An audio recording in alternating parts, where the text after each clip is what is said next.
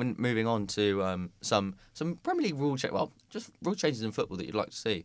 Liam, got any? Yeah, I think like one of the big ones has been the offside rule, like introducing the like Arsene Wenger style, where you're trying to make goals be scored or like kind of look for reasons for the goal to be allowed, opposed to looking for reasons to disallow it. With like, I think it's like the heel of the attacking player versus obviously the furthest back line, or furthest part back of the defender. I think that would kind of lead to more goals and a more natural feeling of offside, because when you're going down to obviously the lines being drawn and everything, like it doesn't feel right. Because also, like, you've lost someone being in line with the defence. If you still had that, I think there could be a certain leeway. But I actually don't like the Arsene Wenger kind of, as long as one part of the body is onside. I don't know.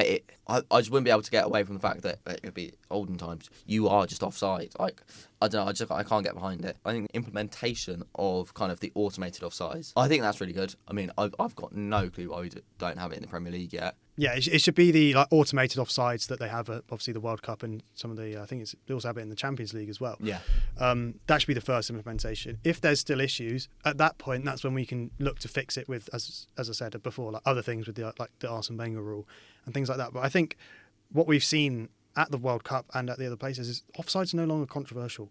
When it's automated and it's already been done and it happens within a split second, no one really cares.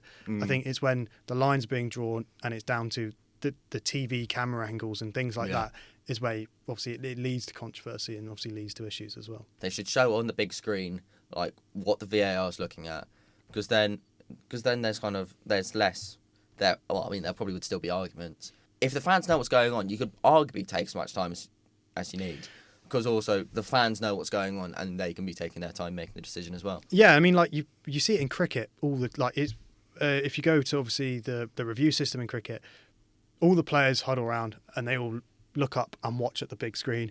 Everyone in the stadium does the exact same. Sometimes they'll even play like what the umpires are saying out loud as well, so everyone knows exactly what's going on. Obviously, the game isn't as slow as cricket, so obviously it wouldn't be everyone huddles around and looks. And it's a big viewing event sort of thing. Of course not, but I think it definitely has to be shown, because fans are paying so much money to be there, and yet they're getting a worse experience than me watching on the TV at home. It's not right.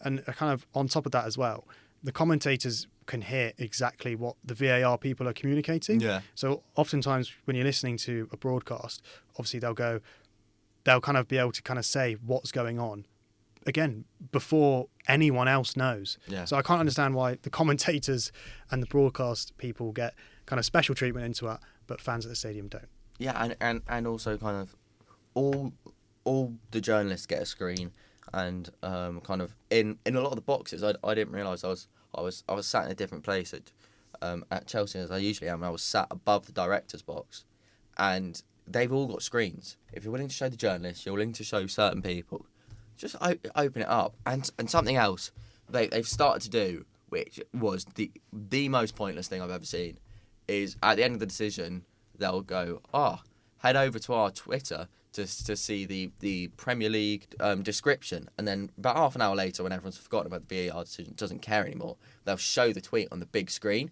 And but the tweet is literally, the goal was disallowed because Nicholas Jackson was offside. Brilliant, cool, thanks. Yeah. Work that one out. Yeah. Like you could tell me Nicholas Jackson was offside because and the furthest defender back was XYZ, and they were this far apart and things like that. Woke nonsense. Yeah. In fact, just you reminded me of something, pet peeve I'm going to bring back: stadium light shows before kickoff. So unnecessary, so not needed. I remember hearing one that like Bristol City were doing a stadium light show for a championship game. Like what's going on? Like I can understand it if it's like the Champions League final or like Champions League, I guess you can sort of kind of justify because it's such a big event, those sorts of things.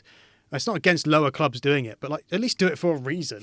Like a light show, I'm here to watch the football. I'm not turning up to my seat 15 minutes earlier to watch either a couple of drones in the air, or even worse, it'll just be like the floodlights. like the floodlights go on and off. Like that's not a light show. Like you'd be so disappointed if there was a firework display. Like someone just threw in the air like a couple of sparklers. Like, it wouldn't be worth it. Like that's not why I'm here. That's not what I'm here for. Get rid of them. Yeah, no. That's also reminded me. There's gonna have like half-time performances at the World Cup. I know. I mean, we're sort of witnessing like the Americanization of the game, aren't we? Yeah. So, and with obviously the next World Cup being there, this is exactly why. There's not really enough time. No. And also, like, the halftime show at the Super Bowl makes sense because, again, it's the biggest event. Yeah. If you want to put it at the World Cup final, I don't like it, but I can sort of see it. But if you're going to do it at like anything else, like just stop. Or do it. I mean, it gets a lot of stick. The Champions League final, like they have a performance before, because also like if you're waiting kind of like 15, like longer than 15 minutes, you're gonna have to start like keeping yourself warm in the dressing room. Like you might like players might start like, seizing up because they've been sat around for 40 minutes because 𝗕𝗹𝗵𝗶's singing. Yeah, my final rule change actually would be that you're not allowed to go near the goalkeeper from corners. Now, Ooh. This is sort of controversial, and it sort of leads to kind of like a wider aspect of the game. But set pieces, an absolute mess if you're an official, because you can't see really what's going on. There's loads of little fouls going on. One of the biggest ones obviously being a foul on the goalkeeper. And you see it all the time where the corner's being taken, foul straight away, free kick for impeding the goalkeeper. But then it doesn't happen every time. And the exact same thing is going on every time with the attacking player obviously trying to either block or get in the way of.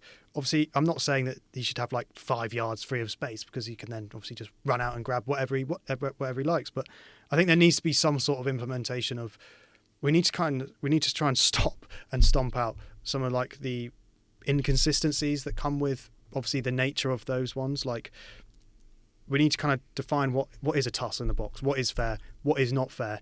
Because right now we kind of got some players will use an arm, some players will use an elbow, some players will like just kind of block and screen, and it's fine. But I think it leads to, as I say, you just like randomly you see it in the lower leagues a lot more as well. Like random penalties being given for like holding in the box when it's going on the whole game, and you've just randomly decided in the 65th minute, whatever. Finally, it's a penalty, and then the other team will do it. And I don't know.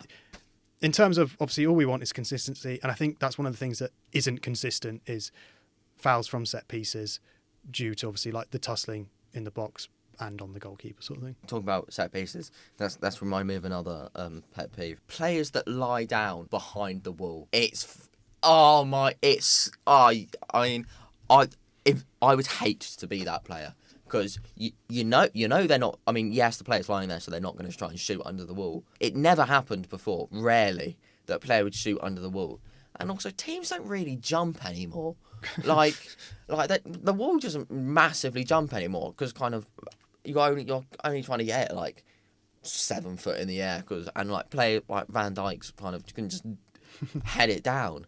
And lying behind the wall, it really gets my nerves. Yeah, it's just a waste of a player, isn't it? Especially when you're the defending team, it literally makes no sense. I'll allow it if the free kick is right on the edge of the box, where you can try and defend as much of the goal as possible, because essentially the player's got a free shot, obviously in like the most dangerous area, bar the penalty box.